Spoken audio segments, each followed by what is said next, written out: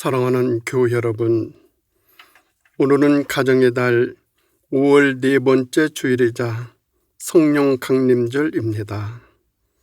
오늘 성령 강림절을 맞이하여 거룩한 마음으로 예배드리는 모든 성도님들에게 주의 성령이 가득히 임하는 복된 예배가 되기를 기원드립니다. 성령 강림절을 맞이하여 성령의 인도하심과 보호하심으로 행복하고 아름다운 가정 되기를 바랍니다. 이 주간에도 모두 건강하고 평안하시기를 기도드립니다. 오늘 우리에게 주시는 하나님의 말씀은 창세기 45장 1절에서 8절 말씀입니다. 요셉이 시종하는 자들 앞에서 그 정을 억제하지 못하여 소리질러 모든 사람을 자기에게서 물러가라 하고 그 형제들에게 자기를 알리니 그때에 그와 함께한 다른 사람이 없었더라.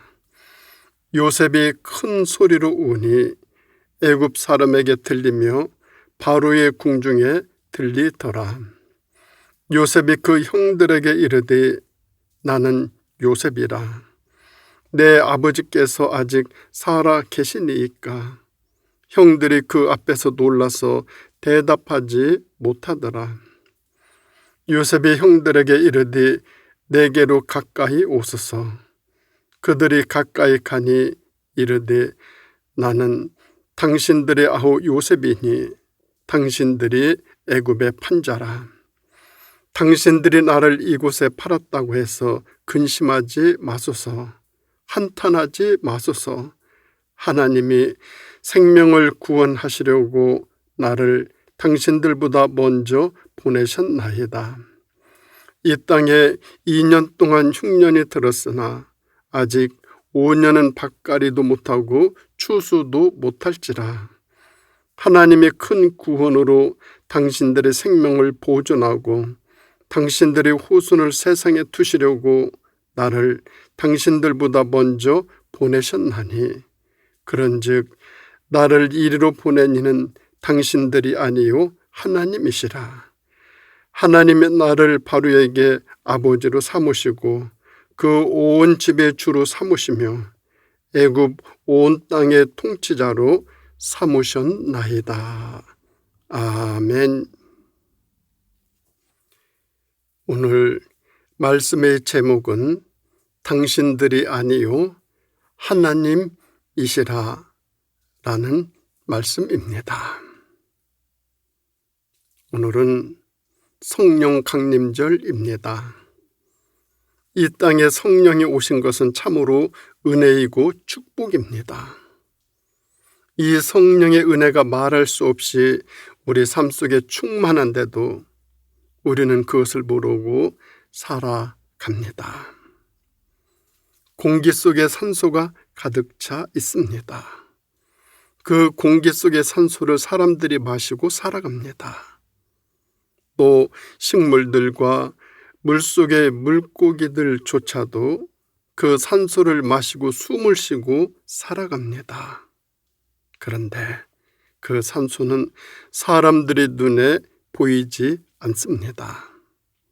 보이진 않으나 참으로 더 중요합니다.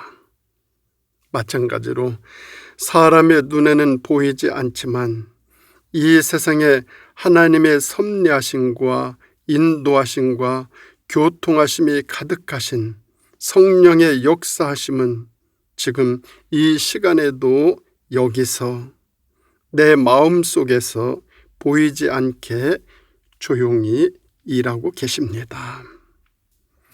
이 성령이 하시는 일 가운데 가장 큰 일은 깨우쳐 알게 하고 성찰하게 해 주시는 일입니다. 그래서 이치를 알게 하고 눈을 뜨게 해 주십니다. 이처럼 성령은 사람들로 하여금 눈을 뜨게 해서 보이지 않는 부분을 보게 하고 믿게 하고 체험하게 하십니다.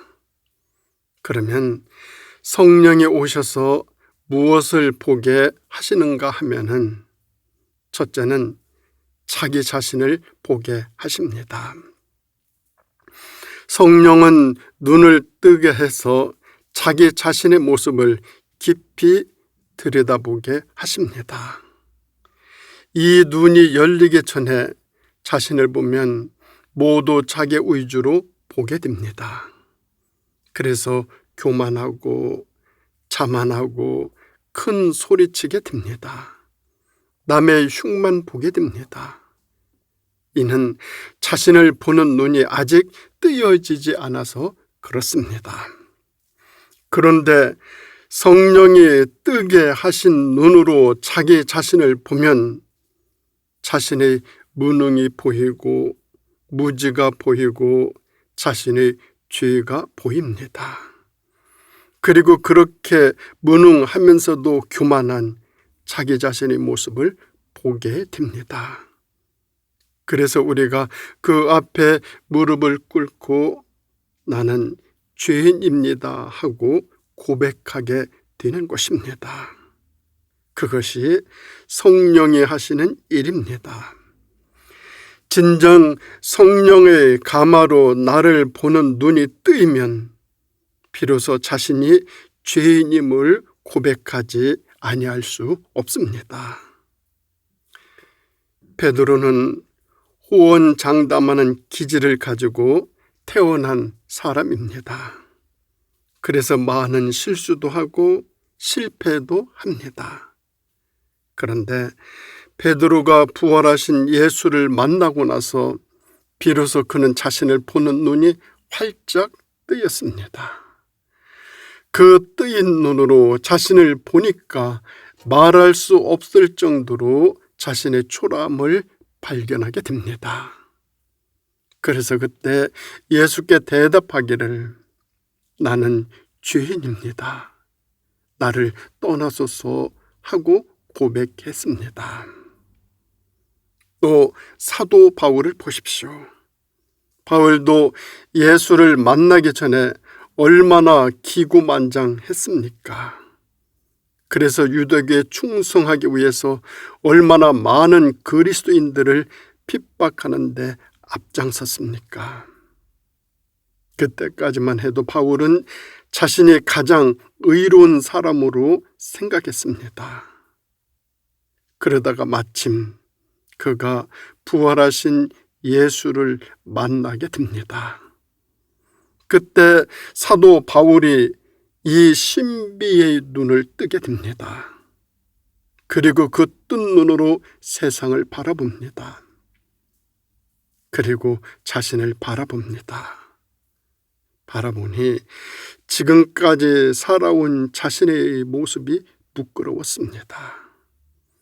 그래서 바울은 지금까지 추구하던 모든 것을 다 버리고 예수의 제자가 되어 예수를 핍박하던 사람이 이제는 예수를 전하는 사람으로 일생을 마칩니다.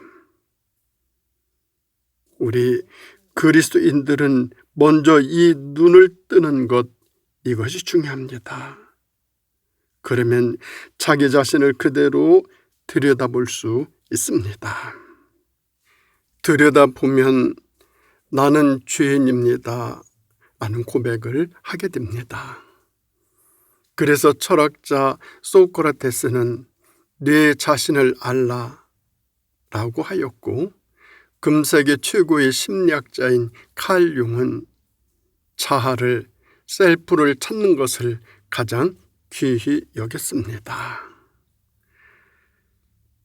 그런가 하면은 성령의 내주 안에 거하게 되면은 너를 보게 됩니다. 성령은 나 자신을 보게 하는 것뿐만 아니라 너를 보는 눈도 뜨이게 하십니다. 이 너를 보는 눈을 뜨는 것, 이것도 매우 중요합니다. 나를 보는 눈이 뜨이면 동시에 너를 보는 눈도 뜨이게 됩니다. 너를 보는 눈이 뜨이면 너희 영혼에 대해서 관심을 갖게 되고 그를 위해서 기도하게 됩니다. 이 눈이 뜨이기 때문에 중보의 기도를 하게 됩니다. 이 눈이 뜨여야 신앙에 성숙해지고 자기 자신을 초월하게 되고 그리고 나 자신을 극복할 수 있습니다. 초대교회 성도들이 은혜를 받고 나서 매일 모였습니다. 모여서 예배드리고 기도하고 교제하고 나눴다라고 말씀하고 있습니다. 그 말은 그들의 은혜를 받고 나서 비로소 너를 알고 너에 대해서 관심을 가지고 살았다라는 것입니다. 눈을 뜨고 보니까 네가 보이고 너의 아픔이 보이고 너의 필요를 알게 되었습니다. 이 눈을 뜨고 살아가는 것, 그것이 그래서 복입니다. 성령이 이 눈을 뜨게 해서 보게 하십니다. 나 자신을 보는 것도 복입니다. 그런데 더 큰 복은 너를 보고 너를 생각하는 눈이 뜨였다라는 사실입니다. 성령은 이웃을 사랑의 눈으로 보게 하여 주십니다. 그런가 하면 세 번째로 성령은 깊은 곳을 보게 하여 주십니다. 이 눈을 뜨게 되면 평소에는 생각도 없고 개념도 없고 관심도 없던 것들이 신기하게도 눈에 보이고 눈에 들어옵니다. 평소에는 엄두도 내지 못하고 상상도 하지 못했던 부분들이 이 성령의 인도를 받고 보니 그것이 눈에 보입니다. 그리고 생각이 납니다. 느끼게 됩니다. 깨닫게 됩니다. 감동으로 비추어집니다. 이것이 성령이 하시는 일입니다. 그래서 성령은 우리들로 하여금 눈을 뜨게 해서 깊은 의미를 알고 깨닫고 보게 하여 주십니다. 그 좋은 예가 오늘 읽은 본문에 소개되고 있습니다. 본문을 보면 요셉의 형들에 의해서 애굽으로 노예로 팔려갑니다. 가서 온갖 순환을 당하고 살다가 마침내는 누명을 쓰고 감옥에도 들어갑니다. 그리고 산전수전 다 겪은 후에 요셉은 마침내 애굽의 총리로 나타납니다. 말이 쉽지 그 과정은 말로 표현할 수 없는 고난의 길이었습니다. 그런데 어느 날 눈앞에 자기를 노예로 판 형들이 나타났습니다. 순간 눈에서 불이 났을 것입니다. 형들이 자기를 알아보고 벌벌 떨고 있습니다. 당연히 떨 일입니다. 지금 요셉이 말 한마디만 하면은 자신들은 아무 말도 못하고 죽을 판입니다. 그리고 요셉은 손 하나 까딱하지 아니하고 형들에게 원수를 갚을 수도 있습니다. 이 대목이 요셉 이야기의 하이라이트입니다. 그때 형들을 대하는 요셉의 모습은 우리들의 마음에 깊은 울림을 줍니다. 요셉의 인생 가운데 가장 극적인 장면이 바로 이 장면입니다. 이렇게 요셉은 형들에게 말합니다. 나는 당신들의 아우 요셉이니 당신들이 애굽의 판자라. 당신들이 나를 이곳으로 팔았다고 근심하지 마소서. 하나님이 당신들의 생명을 보존하고 당신들의 후손을 세상에 두시려고 나를 당신들보다 먼저 보내셨나이다. 그런즉 나라를 이리로 보낸 이는 당신들이 아니요 하나님이시라. 당신들이 아니요 하나님이시라. 당신들이 아니요 하나님이시라. 이 대목을 보면 요셉의 진면목을 볼 수 있습니다. 이 지난날의 고난을 해석하는 이 해안이 얼마나 깊고 깊습니까? 이 대목을 해석하는 모습으로 보아서 요셉은 깊은 곳을 내려다보는 통찰의 눈을 가지고 있습니다. 바로 이 눈이 열린 눈입니다. 열려도 그냥 열린 것이 아니고 활짝 열려 있습니다. 그때 요셉의 눈이 열리지 않았더라면 형제들은 그날 요셉의 손에 죽고 말았을 것입니다. 요셉은 열린 눈으로 하나님의 깊은 섭리와 역사를 보았고 자신을 그런 과정으로 거쳐서 여기까지 먼저 보내신 이유를 볼 수 있었던 것입니다. 언제나 앞서가는 사람들에게는 그런 눈이 열려져 있습니다. 성령의 사역이 이 눈을 열게 해서 보게 하고 느끼게 하고 깨닫게 하는 역할을 하게 합니다. 그래서 성령이 이 땅에 오신 것, 이것이 복이라는 사실입니다.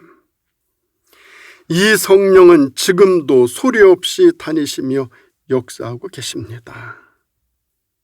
다니시며 눈을 열게 하시고 마음을 열게 하시고 그래서 보이지 않던 곳을 보게 하십니다. 우리는 이 눈을 떠야만 합니다.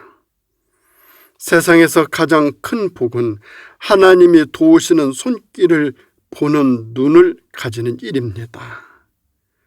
하나님의 손길은 언제나 이렇게 조용히 나타납니다. 그래서 사람들은 그것이 하나님이 하시는 일인지도 모르고 우연이라고 말합니다. 사람들은 우연과 섭리를 구분하지 못합니다.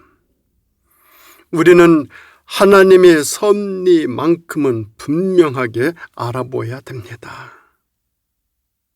하나님의 섭리는 이런 것입니다.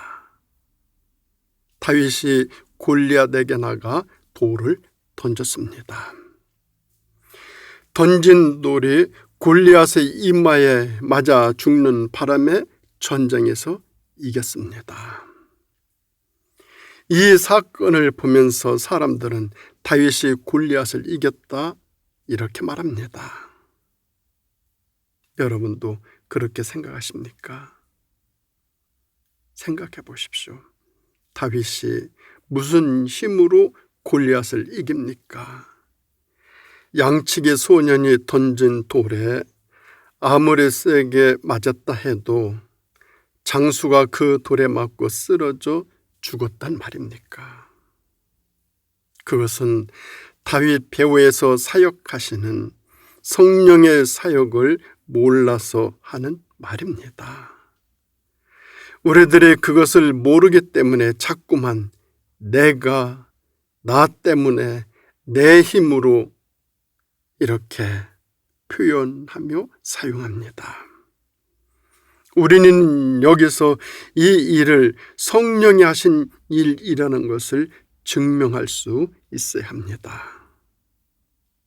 다윗이 골리앗 앞으로 나갑니다. 그때 누가 다윗을 골리앗 앞으로 나아가게 했습니까? 그것은 순전히 하나님의 영이 다윗으로 하여금 골리앗 앞에 나가도록 용기를 주었습니다. 그게 어찌 사람의 생각이었겠습니까? 그때 거기에 있던 어느 누구도 골리앗 앞에 나가지 못했습니다. 그런데 다윗만 겁없이 그 앞에 나갔습니다. 여러분은 그것이 다윗의 마음이었다고 생각하십니까? 그리고 다윗이 골리앗에게 돌을 던졌습니다. 던졌는데 그 돌이 똑바로 날아가 골리앗의 이마를 정통으로 맞췄습니다. 물론 돌 던지는 연습을 오래 하면 어느 정도 똑바로 던질 수는 있을 것입니다. 그런데 그것이 단 한 번 던진 것이 골리앗의 이마 정중앙에 맞췄습니다. 그것도 연습의 결과라고 생각하십니까? 그것이 연습의 결과라고 칩시다. 그런데 그 돌이 골리앗의 이마에 박혔다는 사실입니다.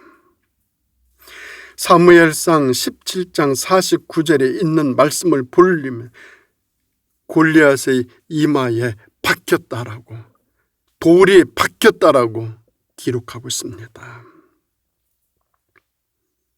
골리앗은 40일 동안이나 이스라엘과 대치하는 동안 하나님을 모독하는 욕을 내뱉었습니다.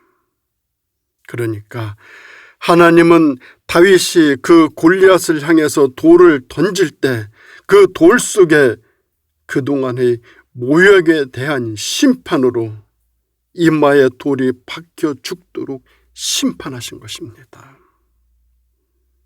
우리는 이렇게 깊숙한 부분을 볼 수 있는 눈을 가져야 합니다. 다윗은 그 사건 이후로 골리앗을 이긴 것을 자기가 죽였다고 한 번도 말한 적이 없습니다. 내가 골리앗을 죽였다. 다윗은 그 말을 한 번도 한 적이 없습니다.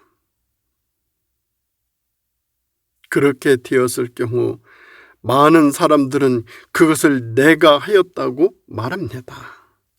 내가 죽였고, 내가 물리쳤고, 내가 위기에서 민족을 구했다고 그렇게 말합니다.